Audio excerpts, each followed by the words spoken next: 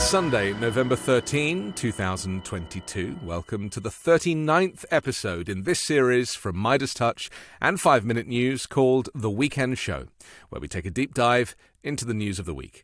You can subscribe as audio in addition to my daily 5-Minute News audio podcast on iTunes or wherever you get yours. Joining me today is Democratic strategist and founder of Third Degree Strategies, Max Burns. Max, welcome back to The Weekend Show. Thanks for having me.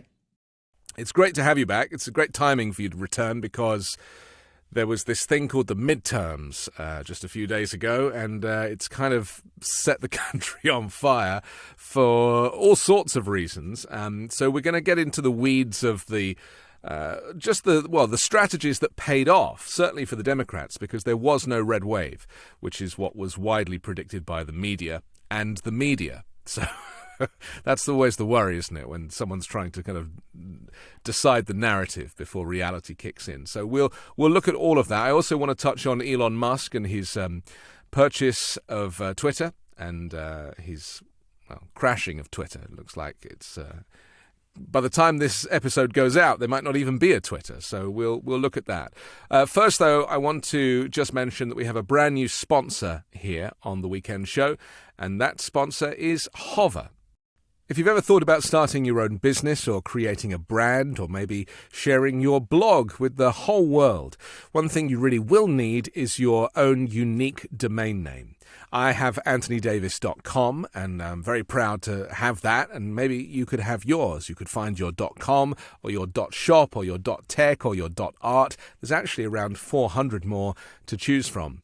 You'll be able to find that perfect domain, not just for yourself, but you could gift it to somebody as a birthday present or Christmas present.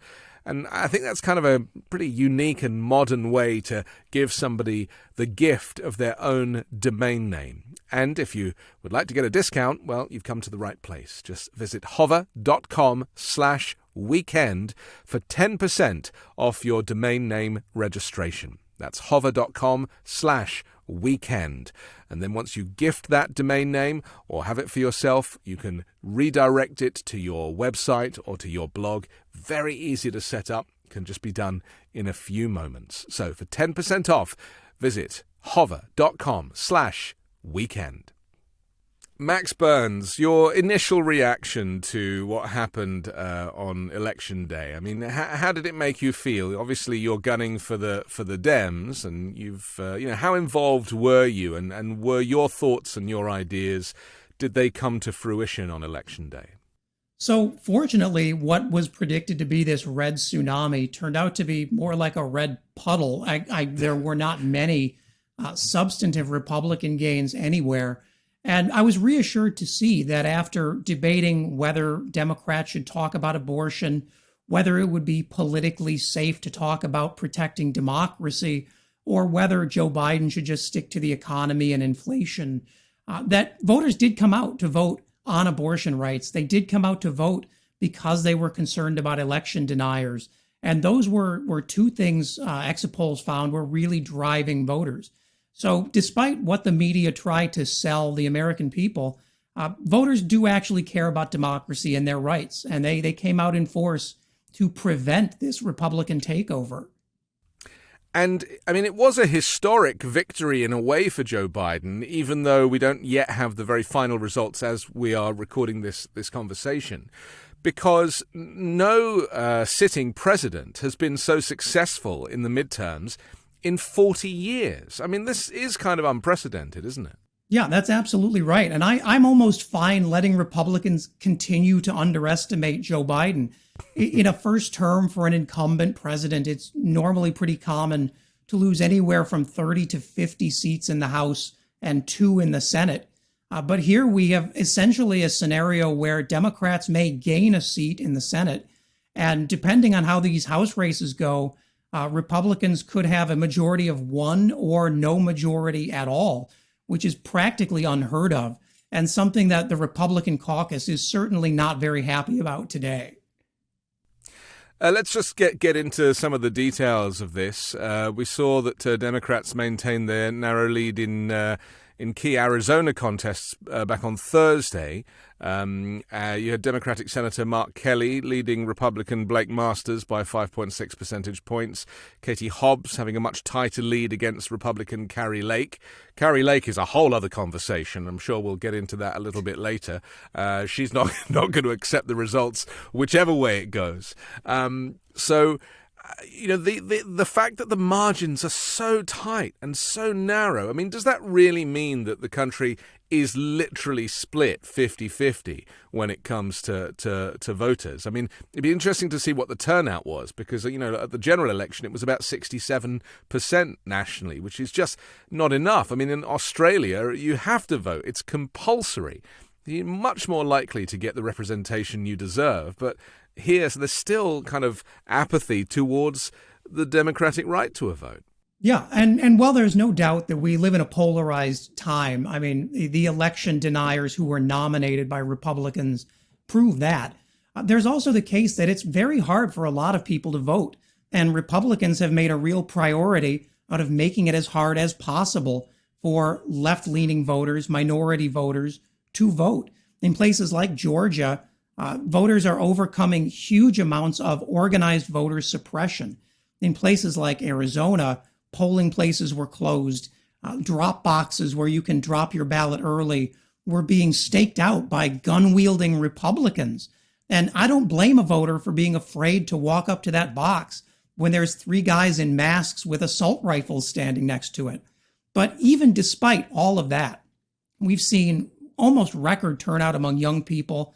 We've seen minority voters turn out in force, and they really are to thank for preventing these really nasty Republican candidates from making their way to Washington. And I think Joe Biden was right to really dedicate a lot of his remarks the other day to thanking those voters for coming out and believing in democracy. So it really was, from Joe Biden's perspective, it wasn't so much about policy. It was more about fighting against the semi-fascists, wasn't it? It was like you choose freedom or you choose fascism. And a lot of people were quite critical of Joe Biden. He made 2 kind of fascism-based speeches. And the second one was very close to Election Day, just a day or 2 ahead of it. And there was a lot of criticism for that also. But it does seem to have paid off. In fact, Joe Biden is kind of killing it, isn't it? Despite all of the ageism and the criticism of him walking in the wrong direction after a speech and calling out a dead journalist's name, none of that really matters, does it? No, and I think the media sort of enjoys underestimating Biden. They take these Republican talking points that Biden is some doddering old idiot. But you think a guy who was in the Senate since 1970, who has helped elect countless Democrats, who was vice president, may know a thing or two about how to talk to voters in a way that wins, and may have a sense of what voters care about. And he stuck to his guns. He was talking about abortion at the end. He was talking about democracy and the importance of protecting our elections. And as it turns out, of course inflation matters. Of course the economy matters. But when you're talking about losing your democracy, not a lot of other things are important. Voters understand that we're not going to have strong climate policy if we have a Republican Party that does not acknowledge elections. So they came out to vote on those really immediate issues and have essentially said they trust Joe Biden and Democrats to handle the rest. And that's an argument Republicans simply can't make now. I did feel that in the campaigning leading up to Election Day, and I'm very interested in your view here, the whole process of campaigning and the language that's used just seems very antiquated. Because the reality is that in the real world, the biggest threat to America and the rest of the world is artificial intelligence, is technology, is automation, and climate change. And almost none of those, apart from maybe climate change, were even mentioned by anybody campaigning on either side of the aisle leading up to it. I mean, in 25 years' time, and with climate change, I would also talk about mass migration, which, of course, you're going to see with countries that are uninhabitable effectively, and people will move en masse. But these are really the pressing issues that in Europe and beyond politicians are focusing on. especially AI. I mean, AI has the potential to disrupt the whole kind of employment sector. It's going to put millions of people out of jobs. None of those kind of forward-looking issues are really talked about in American politics. It's all about Joe Biden's old and, doddery and Hunter Biden's laptop. And I mean, it's beggars belief to me that like the serious issues of this planet, which we have to look after because we have nowhere else to live, not even mentioned in campaigning. Yeah, I mean, this is one of the pitfalls of having a Congress and a political class that is so much older than the country, that they simply have not internalized the generational disruption these things are going to cause. They still think of automation and self-driving vehicles as science fiction when these are being piloted on American roads today. I mean, within the next 20 years, most of the trucking industry in this country will be automated. It's just a matter of bringing that technology up to capacity and bringing the regulatory structure up to capacity. And the fact that Republicans want to talk about the economy, they want to talk about inflation. But when we talk about semiconductor production and the importance of bringing that into domestic production to secure our supply of semiconductors for computers and technology, they have nothing to say. I mean, in fact, we saw that by the data, the most common argument Republicans made in this campaign was attacking transgender children. And that's simply not going to cut it for people who are losing jobs because of automation, who are so happy at this Infrastructure and Jobs Act, who are so happy at the CHIPS Act because it's bringing employment back and future-proofing their jobs. It's always going to be the candidates talking about those kitchen table issues that win. And it's no surprise that this is the cycle where we elected our first Gen Z congressman out of Florida. And he talked about technology and he talked about social media, and surprise, people were ready to listen. It's very interesting. Your job as a strategist will effectively be done by a computer in a few years' time, right? Like there will be an algorithm that will be able to look at language that's used by politicians and like what they should say. And my job as a broadcaster, as an announcer, even like my daily news show, I will be able to type it and my voice will be synthesized. I mean, this technology already exists. I won't have to record it every day. So you and I are already out of a job. I look at the trash truck that comes by every Thursday outside my apartment, and there's one guy driving it and a huge arm that comes out and grabs the bin and tips it in and tips it. There used to be 6 guys riding on the back of that truck, like 3 in the cab and 3 on the back. I mean, it's in front of our faces. And that's why I want to stay with automation and with AI just for a minute, because it is absolutely imperative that I'll tell you how I see it, and tell me what you think. I feel that our representatives, not all of them, there are some amazing ones, obviously, but there is a general lack of intellect, of ability to kind of see beyond what's in front of their faces. And you hear some of the younger ones, certainly, as you've quite rightly said, and AOC is another example of somebody who speaks the language of the future.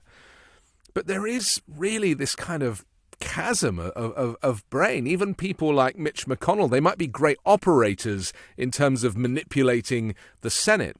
But in terms of actually being able to engage with world politics and other world leaders, you listen to the French president or I mean, any of these leaders, they are so much more entrenched in the modern structure and dangers of technology and how it affects people.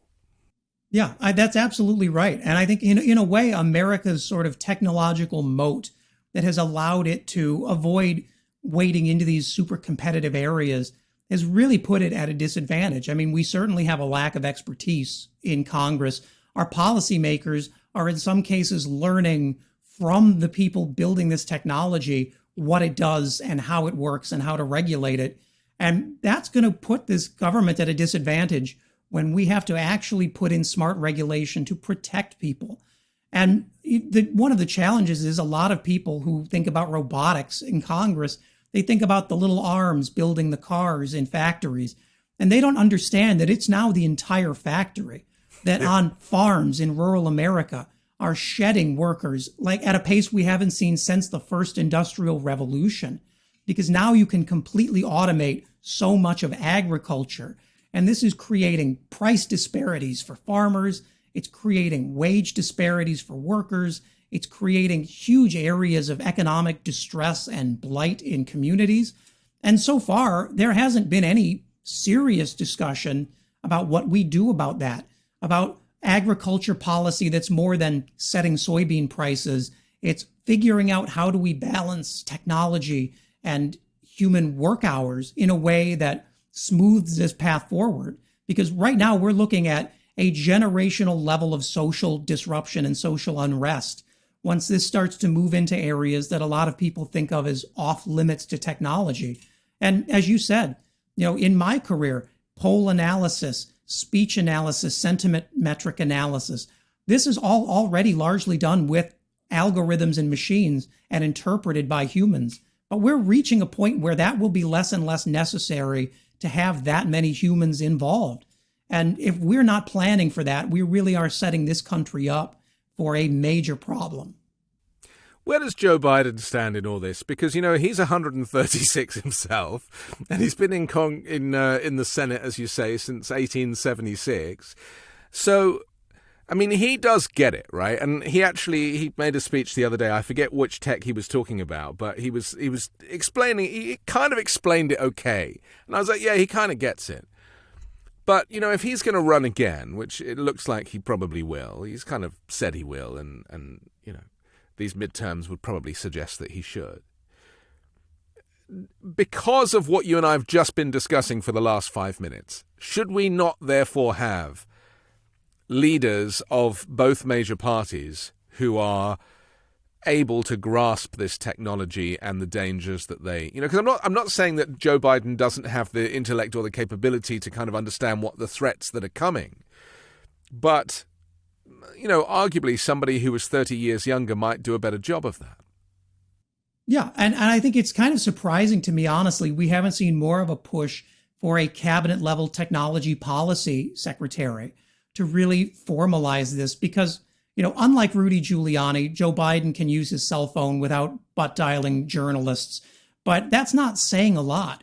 And one of the advantages in the Biden administration is that he has at least hired individuals underneath him in these policy roles who are very well-regarded issue experts, people who come from both sides of the aisle politically, who nevertheless have a very civic-minded view of how do we monitor and how do we engage this policy in a way that promotes American national security, for one, closes the glaring loopholes that we have in national security tech infrastructure, and also helps people. But to your point, I think that we're getting to the end here. The Biden administration, my hope is, will be the last administration that does not have some kind of cabinet level technology focused position, because this is, equivalent to what hard infrastructure was 50 years ago. And to not have that is just courting a moment when we will be caught woefully off guard, not just by our adversaries, but by our allies and economic competitors. And here's the interesting thing, because Joe Biden very much does govern by consensus. And as you say, he has good people that work with him, aside from the vice president, of course. But when you look to the other team, if Donald Trump is to be the ongoing leader of the Republican Party, he does not work he does not delegate. He does not operate by consensus. It's basically him or the highway, right? He is actually the kind of person who is going to do more damage to the U.S. in the long term, because he doesn't understand the technology. He doesn't understand the threats from artificial intelligence. So all the criticism that we hear from Fox and various, right-wing media about Joe Biden being old, it's yet again kind of projection, because it's saying, well, Donald Trump does everything on his own, and therefore Biden must do everything on his own, and Biden doesn't do everything on his own. He's not that foolish. Yeah, and on that, I got to say Fox is right. Donald Trump does do everything on his own. That's part of the reason this country lost its competitive advantage in semiconductors and computer technology under his watch. That's part of the reason why our cybersecurity strategy, if you can even call it that, was directed more by who Donald Trump was mad at that day than by any kind of nuanced policy understanding.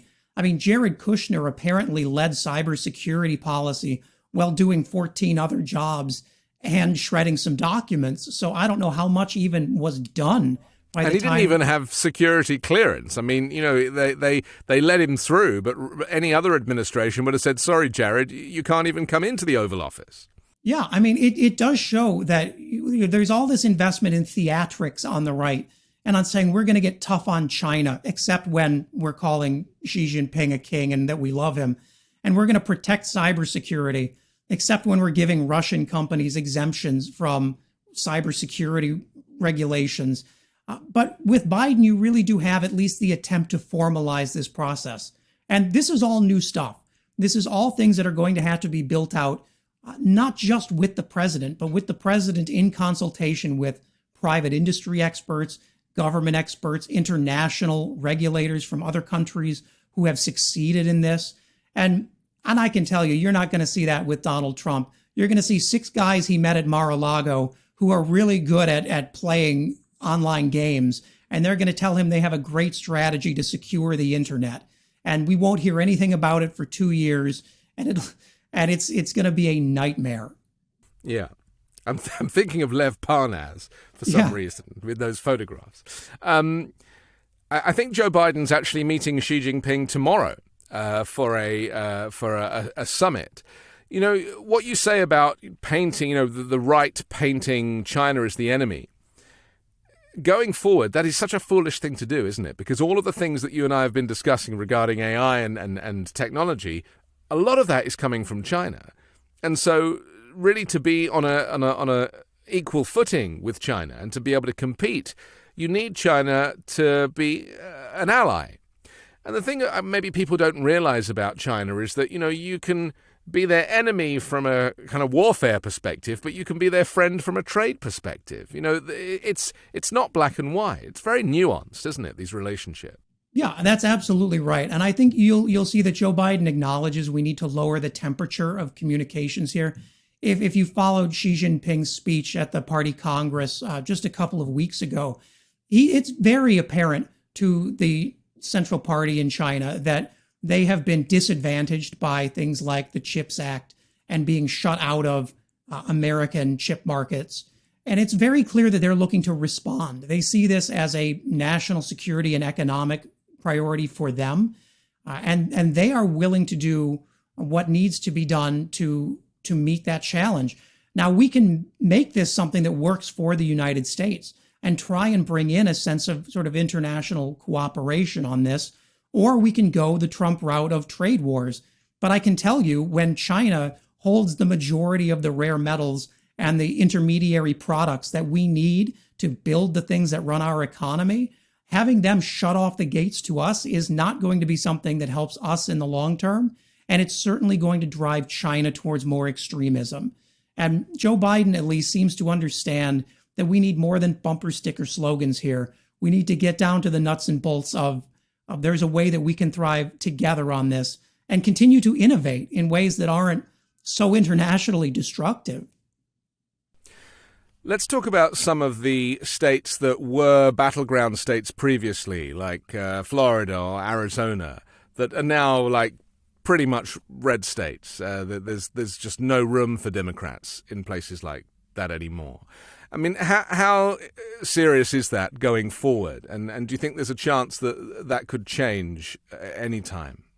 Well, for one, I'll challenge you a bit on Arizona because Democrats are actually doing pretty well there. Kari Lake is still trailing pretty significantly as these votes come in. And we're about to see a race there where Mark Kelly is beating Blake Masters, a man who was funded by hundreds of millions of dollars of dark money from the weirdest tech Republican bros in existence. But Florida, you're absolutely right. I mean, that has marched rightward every single cycle over the last 4 or 5, to the point now where they're picking up a huge number of Latino voters who are coming out for Ron DeSantis, for Marco Rubio. And it's a really tough landscape there for Democrats. I think The Florida Democratic Party has a lot of soul searching to do, and it's going to have to restructure itself and sort of acknowledge how much the ground there has changed. But nationwide, I think we've seen some surprising movements. Oklahoma moved a little bit more blue. Virginia, where they were expecting a Democratic wipeout, stayed pretty purple. The most endangered Democrat there won her race. And I think there's probably a lot of disappointment that these states that were supposed to be ruby red this time around actually looked at Republicans and said, we're still not sold on this. Places like Oklahoma and Kansas, they had put in their own state laws on abortion in recent months. And so they really were, in my view, a lot of the vote there was to do with a woman's right to choose. Would you agree with that? Oh, absolutely. I think in Kansas, where you saw the vote initially to protect abortion rights, 70% of all new voters there were women. And they came out, as they told pollsters, because of the Dobbs decision, because the Republicans decided to take their rights away. And they were not thrilled with that. I mean, we saw that in Texas, where even though it was less successful, about 5 in 10 voters that came out for the first time this cycle were women mobilized by abortion. This was an issue that the media kept saying Democrats shouldn't talk about because they should focus on the economy. And thankfully, Democrats in these areas didn't listen to that. They listened to their voters. Let's talk about Kari Lake for a moment. She's a former newscaster who is very slick and very well groomed and is a bit of a local celebrity because she's been reading the news for 20-odd years. She came out the other day. As we record this, the result is not clear for her. She's about like a half a point behind. She said that if she wins, she's going to give the media hell. She really is very much full on down the rabbit hole, election denying, but with a very impressive presentation style. Those two things together are very dangerous, aren't they? Yeah. I mean, when you have a candidate with no centering morals, that's really dangerous because they will say anything and they get very charismatic about perfecting this craft. It's not that long ago that Kari Lake was a progressive left-wing Buddhist, and now she is a far-right America First Trump extremist. And, she's quite understandably upset that she's not winning this race. But I note that when she attacked the race a couple days ago, she didn't actually say that anything was stolen or the election was a fraud. And that's because she knows that election was fair. She's just bent out of shape that she's losing. And a lot of that has to do with organizing on the ground. It's still not a foregone possibility. She may win, but I would much rather be Katie Hobbs right now than Kari Lake with the way these votes are coming in. And this is the rhetoric, isn't it? That if I don't win, it must be fraud. And it was Donald Trump that sowed that seed even leading up to a year or so before the 2020 election, which he lost, just to reiterate. But it's been borrowed by so many candidates. Do you think the fact that many of those candidates were not successful in these midterms is going to push Trump and the likes of Kari Lake going forward to drop this whole election rigging kind of narrative, which is probably not going to serve them very well going forward? Yeah, I think it's sort of a split decision because you have Trump and you have the GOP as a party. And I think you're starting to see a lot of Republicans publicly saying in the Wall Street Journal, in the New York Post, on Fox, that all this election denial crap hurt us, that we seemed insane and voters showed us the door. And it hurts them especially because a lot of these anti-election truthers like Dr. Oz, like Don Bolduc in New Hampshire, immediately conceded their elections. They didn't say the Democrats stole it from me. They didn't say they're shipping in fake ballots. They said, we tried our best, we lost, I congratulate my opponent. And now the only candidates really pushing that sort of extreme voter fraud line are Donald Trump, Kari Lake, Marjorie Taylor Greene, and a couple other of the far right wingnuts who want to take over the Republican Party. And that there's really setting up sort of a conflict within the party of Republicans who are maybe eating their fill now of the Trump buffet and would like to try something less destructive for their electoral chances. Well, let's come on to, the potential for Ron DeSantis in 2024 in just a minute. But I just want to look at this election denial thing, because the irony of all of it is that these candidates, they criticize the election system. They claim that it's rigged, yet they appeal for votes. And then when they lose, they concede. I mean, they are criticizing the very system that they are taking part in. So it's like, if you're not into it, if you don't think it's genuine, then don't be a candidate. But the sheer act of standing for office gives the election legitimacy, which of course it is legitimate. So maybe it's that very contradiction that put voters off. It's like, well, if you don't believe in it, why are you standing for it? Yeah, I mean, it's so transparently stupid. And it's clear that a party that will do whatever Donald Trump yells at them to do didn't think this through at all. And now you're in the awkward position for Republicans of Dr. Oz, for example, immediately conceded the next day when it was clear he had lost. And now a lot of his followers are saying, why are you letting them steal this election? You said these people cheated, and now you're just letting them have this. I don't trust the Republican Party to mean what they say anymore. And, well, it's good that those voters are finally realizing the GOP are a bunch of liars. Now, it's a shame it took this much. Now, Ron DeSantis did very well in Florida. He was fully expected to be reelected. I don't know if you saw his acceptance speech. It was quite worrying, actually, the way that he presented himself, giving himself a mandate for this kind of anti-woke agenda.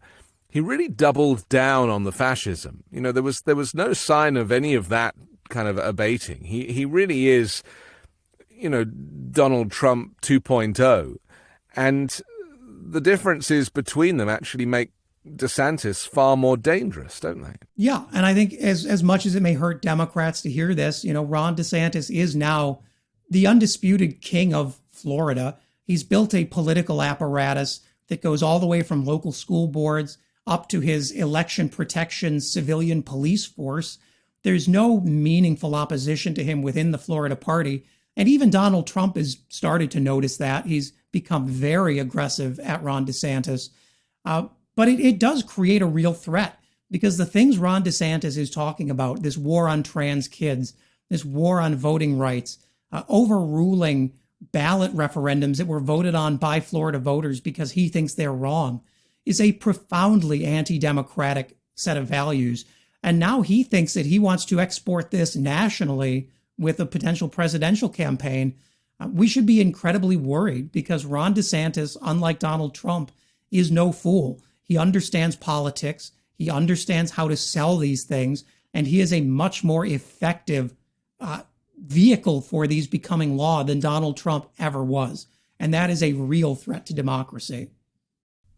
Do you think Ron DeSantis will play as well on the national stage? Because he's not the showman that Donald Trump is. He can say the words when they're written for him. But I noticed when he did that debate with Charlie Crist, and Charlie Crist put a couple of questions to him, and DeSantis just stood there like a robot staring into the distance because it wasn't his turn to speak. I mean, that suggested to me that he is not particularly flexible. And, even though he made that video of him looking like Tom Cruise, well, a fat Tom Cruise, doing the whole Top Gun kind of, I'm a military man thing.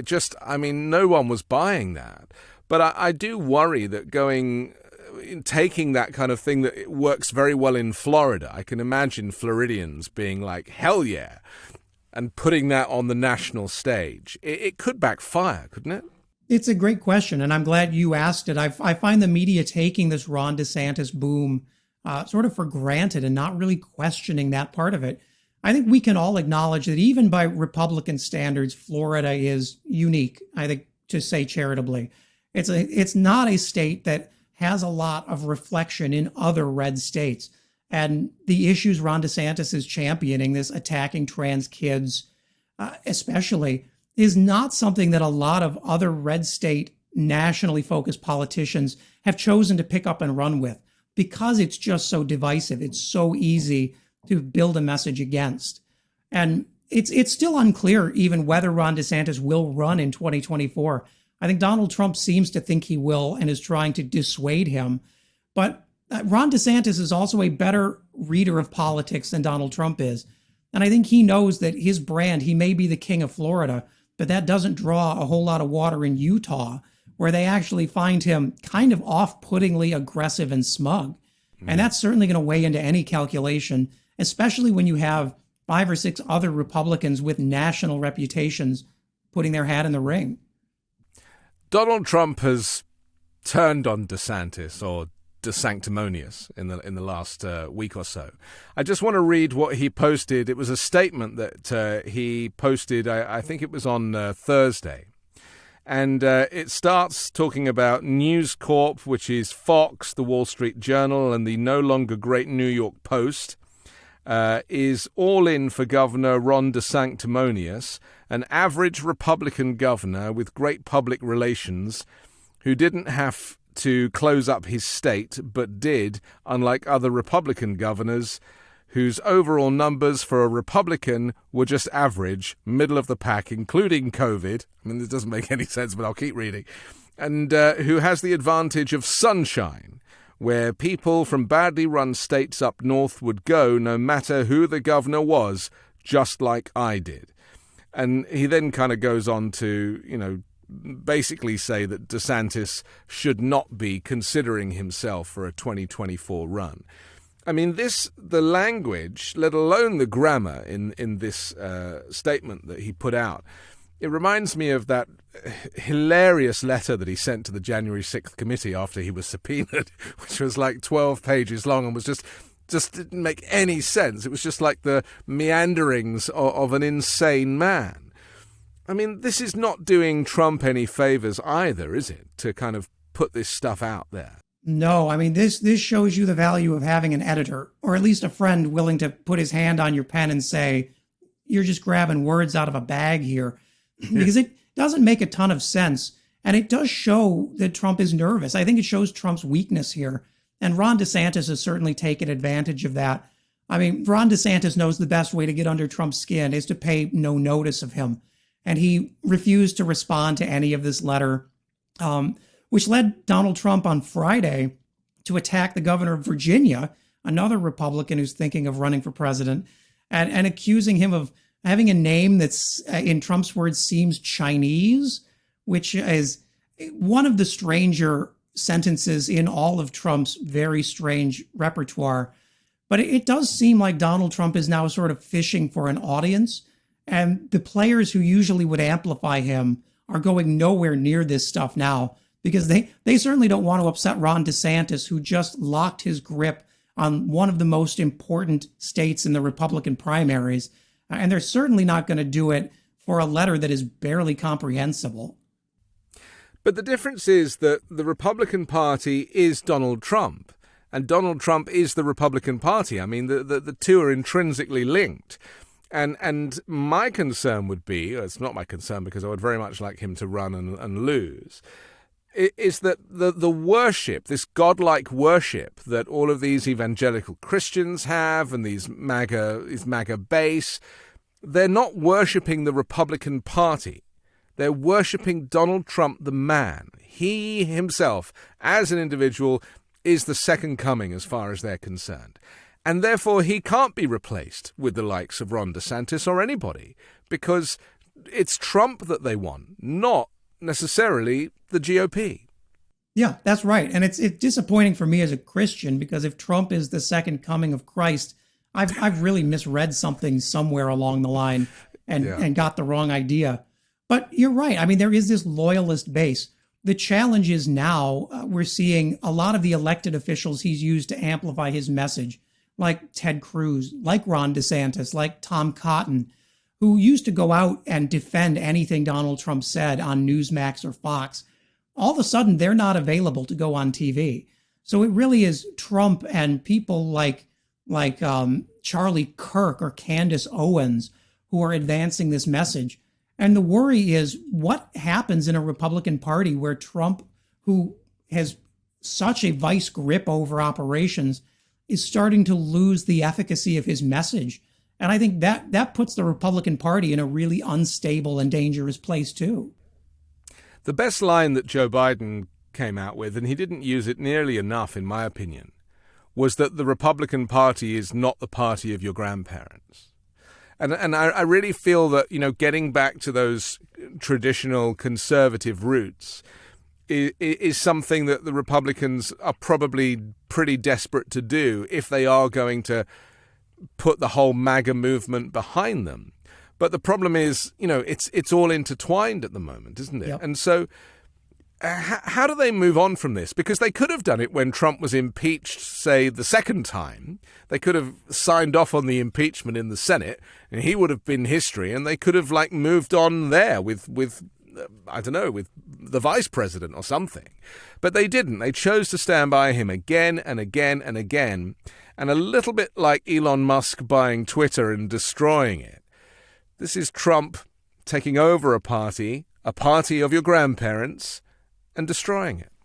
Yeah, and it really is damning that, it wasn't Charlottesville that broke Republicans away from Trump. It wasn't January 6th. It was the loudest criticism we've seen is because Donald Trump cost them some seats in the midterm. I mean, they had no worry about this until Donald Trump's rhetoric started to hurt them directly. And now we're seeing in the House, where Republicans may have a very narrow majority, that Kevin McCarthy's speakership, which he's dreamed about his entire career, is now not a sure thing. On his right, he has people like Matt Gaetz, who say he's too soft and he's not Trumpy enough to be speaker.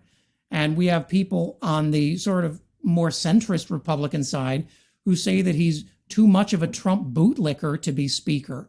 So it's entirely possible that this whole rethinking of the party starts in the House. You just reminded me that Matt Gaetz got reelected. Yeah. Which I will never understand. And Marjorie Taylor Greene. I mean, two QAnon supporters and people who just are living in an alternate reality. I think Lauren Boebert didn't quite make it. Have they announced the result of hers yet? I think she was on a knife edge also. They have not. They're almost literally 50-50. Yeah. It's only about 600 votes with quite a few left. Likely won't know anything until November 16th, they're saying.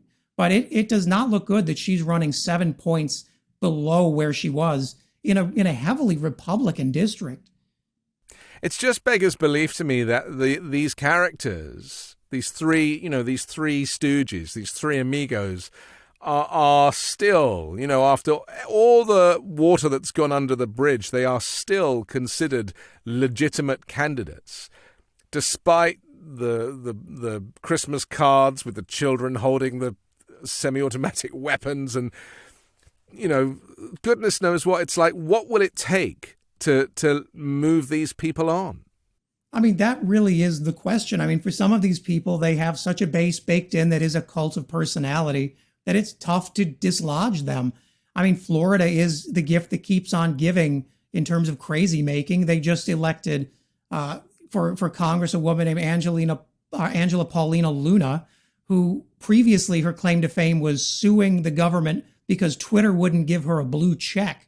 She is a MAGA election denier. She's in many ways sort of the flashy new Lauren Boebert. So we'll lose potentially one nutcase and replace her with another. Yeah. Let's talk about Trump's potential presidential run, because some advisors are now urging him to delay his announcement. I mean, he couldn't help himself the other day at a rally than say, I'm going to be making a very special announcement, next week. I mean, he has no inner monologue. He just wasn't able to keep it stumm. And consequently, now he may have egg on his face, because there's a good chance that there's going to be a Senate runoff election in Georgia. This is with Raphael Warnock, of course, and everybody's favorite Herschel Walker. And that could be the deciding vote for the Senate, couldn't it? So it's going to be a all hands to the deck on both sides of the aisle to make sure that Warnock remains in that position as the incumbent. Yeah, and it's important to remember the last time we had this runoff with Raphael Warnock, it was Donald Trump inserting himself into that race that many Republicans blame for Republicans losing. And now he wants to do that again. He initially wanted to announce his 2024 campaign the day before the midterms, then decided November 11th. After this disaster for Republicans came to light, they said November 15th. And now he says, no matter what people say, he wants to do it the 15th. But a lot of people are advising him, including people close to him, that this would be a distraction and a mess for the Republican Party, essentially giving Democrats Donald Trump to run on in Georgia again, where he is not as well liked as he likes to think. But he's going to do it, isn't he? I mean, he's not going to take their advice because, for several reasons. One, the ego. Two, Ron DeSantis, or Ron DeSanctimonious, doesn't want him upstaging him.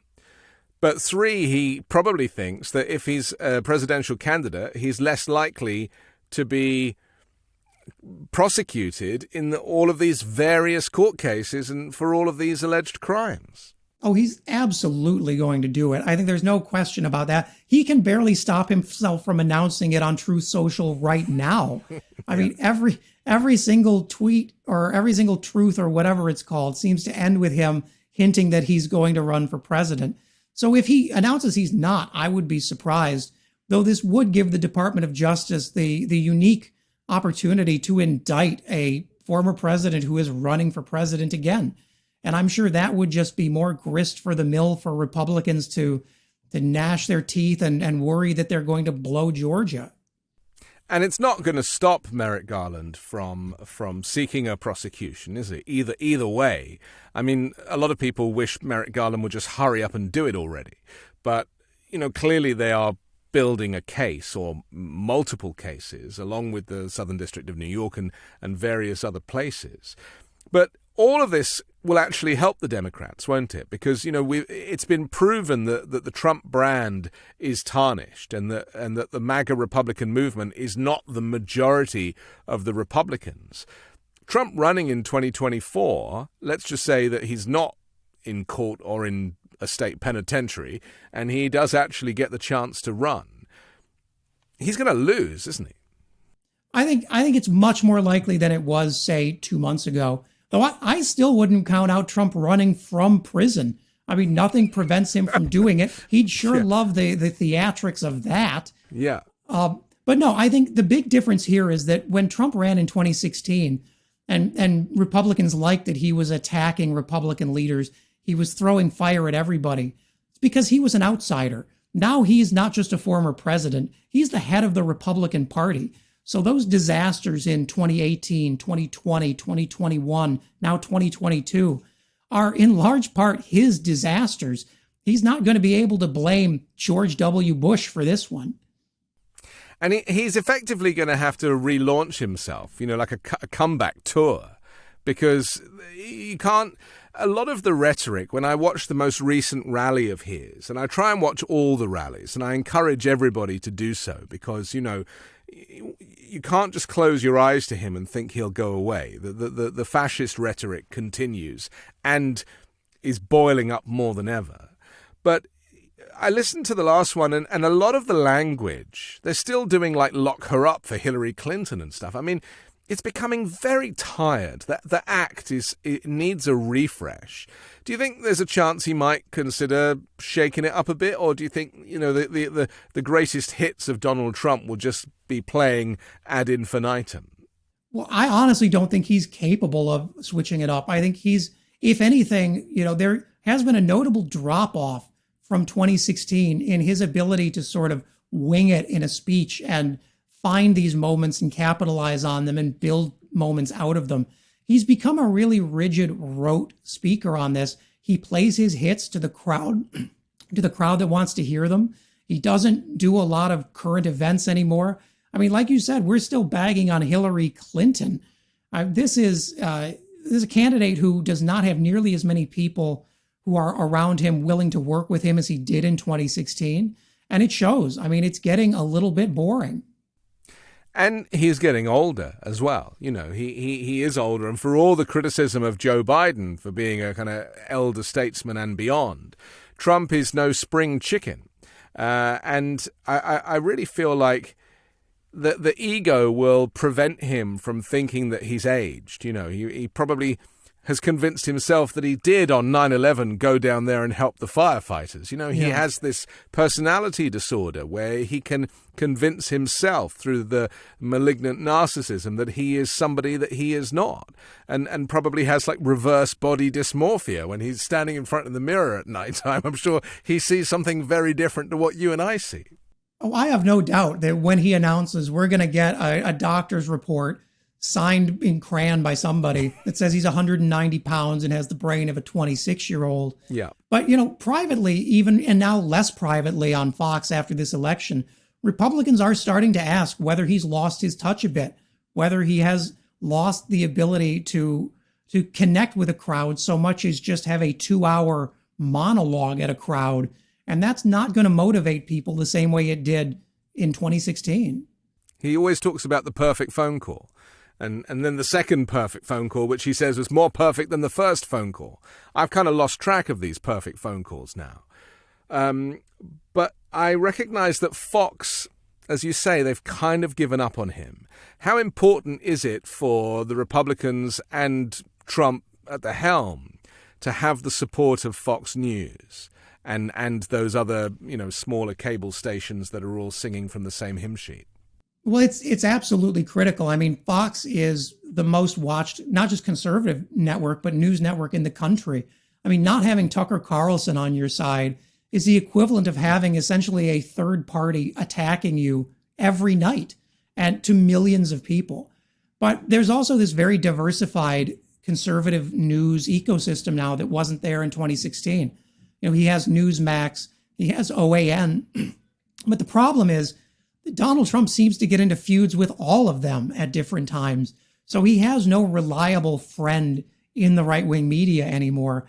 And fewer of the established ones are willing to take a risk on him, given that every time he comes on, they seem to get sued for promoting some slanderous lie. He really must be very unhappy, you know. I mean, just to have a little empathy for the man for a moment. I mean, he must be looking over his shoulder the whole time. And I cannot see that, you know, he gets a moment's peace, really. You know, there's so much anxiety, there's so much insecurity. And how his heart has not given out, considering the extra weight that he's carrying and the McDonald's that he's eating. I mean, maybe he is the second coming simply because he has like 20 lives.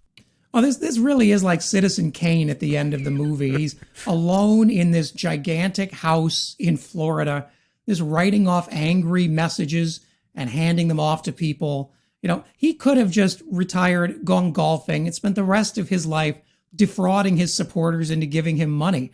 But there is this deep core insecurity to him, this need to not just be liked, but to be the center of the universe at all times. And the sad fact is he's just getting worse at it.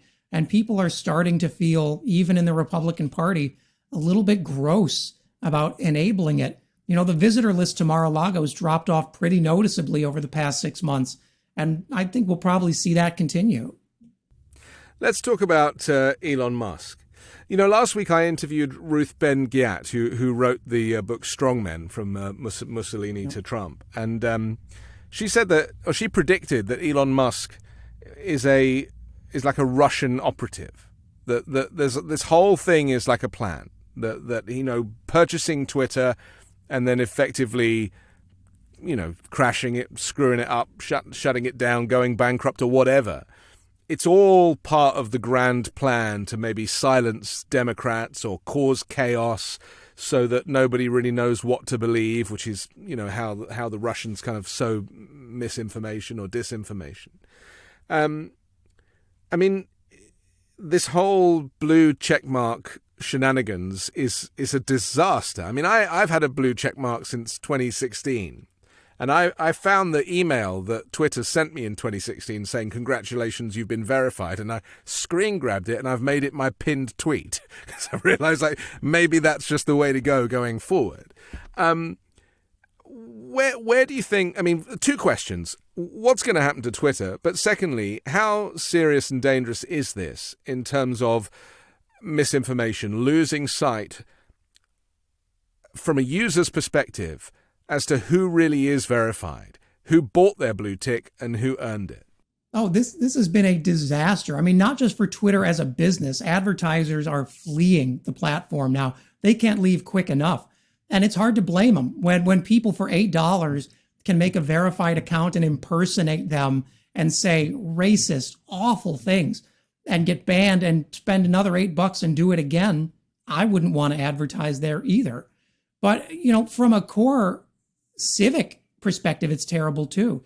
This is a guy who says he wants Twitter to become the most trusted public square on the internet.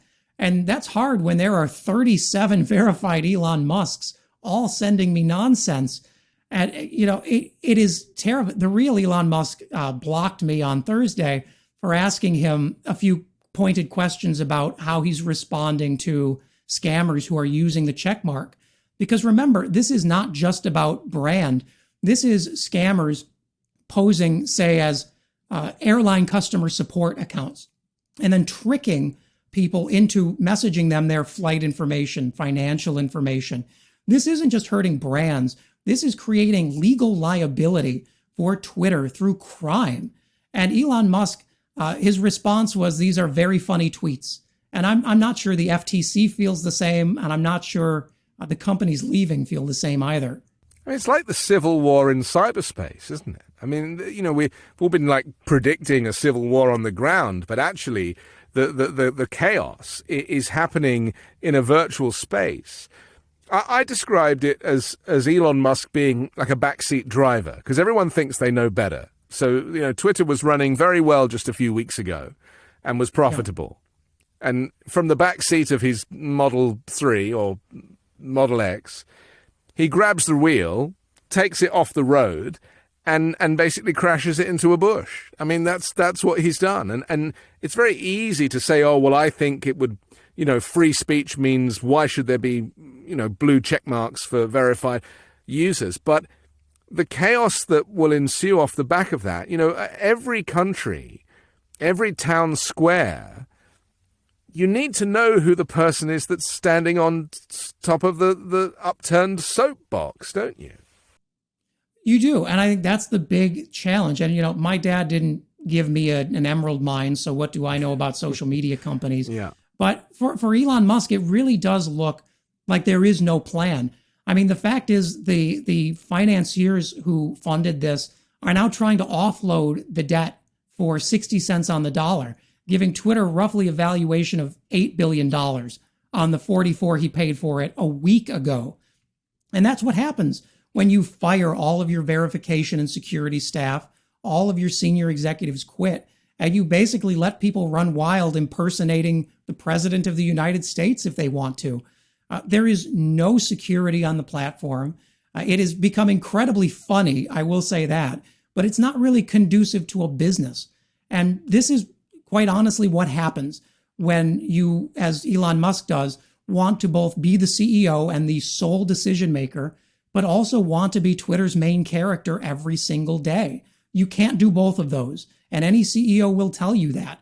But he seems to think he can, and it does not seem to be working. Well, it's very Trumpian or very authoritarian, isn't it? I mean, it is, again, it is, if we fear fascism, then we should fear Elon Musk. He is a far-right operator because arguably Twitter was a democratic marketplace. It was a fair and free place to have your voice. And if it does disappear, I will miss it. I have, we met on that, in that sphere. Most of my guests I meet in that space. And I've signed up for all of the new ones as well, Tribal and all these new social media, but they're all a bit clunky. And, Twitter has had, 12 years to refine its product, only for Elon Musk to flush it down the toilet. Yeah, and Twitter is, for better or for worse, and there is a lot of worse about it, but it is sort of the last place that felt like the original breath of the internet, where people could communicate with each other easily, where you had a sense of verification. But now Elon Musk has really bought into this sort of Trumpian, it's an explicitly Trumpian conspiracy that what he calls the corrupt blue checks in the media, who he alleges have paid, tens or hundreds of thousands of dollars for their blue checks. Not true. There's no evidence for that. But he's bought into this, and he sees his view as really putting journalists in their place. And if that destroys this incredibly valuable open forum, I think he's fine with that. I just don't think he cares that much what happens. And if he doesn't get bored before he destroys it, we'll be in for some very strange times. On Friday, it looked like the whole new Twitter Blue product that, you can sign up for and get your check mark and have less advertising and all that stuff was actually not even available on the platform's online version. It said sign up was only possible on the iPhone version, but the iPhone version didn't offer Twitter Blue as an option. It's just like grayed out. I mean, this really does look like the beginning of the end, to actually visually see the platform collapsing and Elon Musk's rhetoric becoming more and more insane. It reminds me of Lex Luthor or Biff Tannen or any of these kind of characters from the movies, just having their final moment before the castle just like collapses in on them. I mean, where do you see Twitter going in the coming weeks? Do you think we'll have a platform called Twitter in a month's time? I hope so, because I don't know where I'm going to spend my free time otherwise. But to your point, this is more than just a crisis of confidence from investors and advertisers. As Elon Musk said to his team, Twitter's facing bankruptcy. He said very explicitly he needs Twitter Blue subscriptions to account for 50% of revenue to keep the business afloat. And now Twitter Blue subscriptions are completely gone. So that doesn't seem good. And so far he's given no forward plan on what's going to replace it, if anything will replace it. And he's basically started blocking anyone who challenges that he may not know what he's doing. So it's not the best place for your sole CEO and director to be in. It's so funny that just a few weeks ago when we heard that the deal was back on and people were thinking, is he going to let Donald Trump back on the platform? And I mean, none of that really matters anymore because even if Trump did come on the platform, there'll be 1,000 Donald Trump accounts. Yeah, I don't know how you'd know. I have 600 Donald Trumps sending me nudes in my DMs already, and they all have check marks. So they're all real, I guess. Well, don't download this to your computer. Oh, God, no, I value myself too much for that. Okay. Listen, Max, I'm so pleased that you were able to join us again on the weekend show. I'm always thrilled for your analysis, and hopefully we'll get another chance to talk again. Thanks so much. It was a pleasure. My thanks to Max Burns. I'm Anthony Davis. A reminder to visit hover.com/weekend to get 10% off your bespoke domain name, either for yourself or you can create one for a friend and give it as a Christmas present. That's hover.com/weekend. And also subscribe to The Weekend Show on YouTube or as an audio podcast and the 5-Minute News daily podcast, which drops every morning. You can hear me spend 5 minutes telling you about the most important news stories of the day. Join me next week with a brand new special guest and 3 more factual news stories to discuss on the 5-Minute News Weekend Show with MeidasTouch.